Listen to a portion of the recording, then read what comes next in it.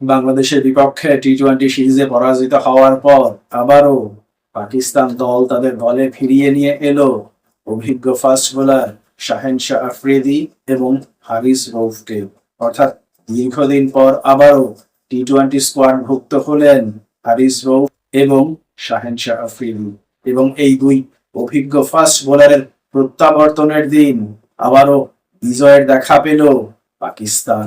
বলছি পাকিস্তান এবং ওয়েস্ট ইন্ডিজের মধ্যকার 3 ম্যাচের টি-20 সিরিজের কথা, যেখানে প্রথম ম্যাচেই তারা ওয়েস্ট ইন্ডিজকে পরাজিত করে 3 ম্যাচের এই সিরিজে 1-0 ব্যবধানে এগিয়ে গেল।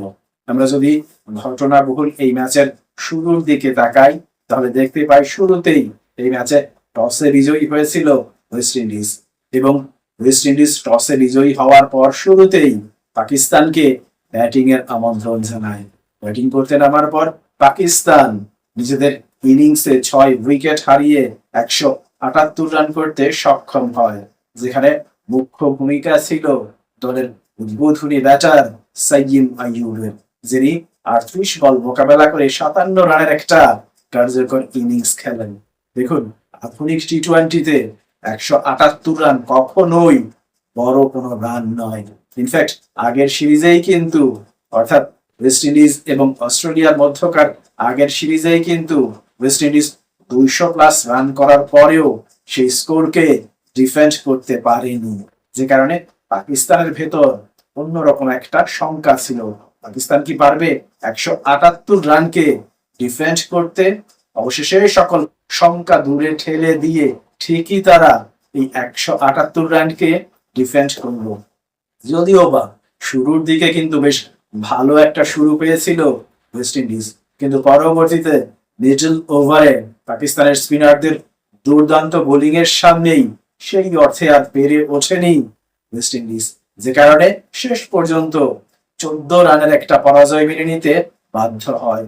মূলত মিডল ওভারে মোহাম্মদ নওয়াজ, সুফিয়ান মুকিম এবং সাইয়িম আইয়ুবের স্পিনের সামনেই রীতিমতো অসহায় হয়ে পড়ে ওয়েস্ট ইন্ডিজের ব্যাটাররা।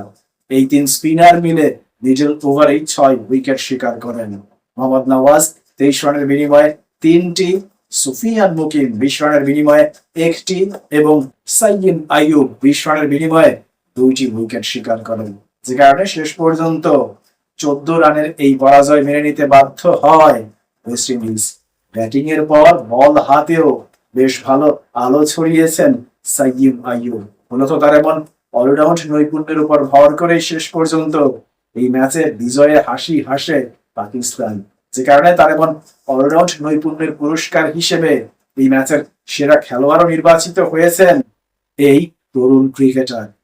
অন্যদিকে ওয়েস্ট ইন্ডিজের দিকে তাকালে আপনার খানিকটা মায়া হতেই পারে, কারণ আগের সিরিজেই কিন্তু নিজেদের ঘরের মাটিতে অস্ট্রেলিয়ার বিপক্ষে টানা 8টি ম্যাচে তারা পরাজিত হয়েছিল।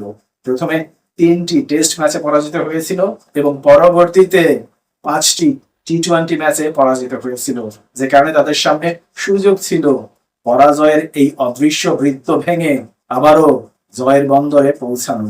এবং এক্ষেত্রে সবচাইতে বড় আশার সঞ্চার ছিল এবার কিন্তু তারা নিজেদের ঘরের মাটিতে পাকিস্তানের মুখোমুখি হয়নি।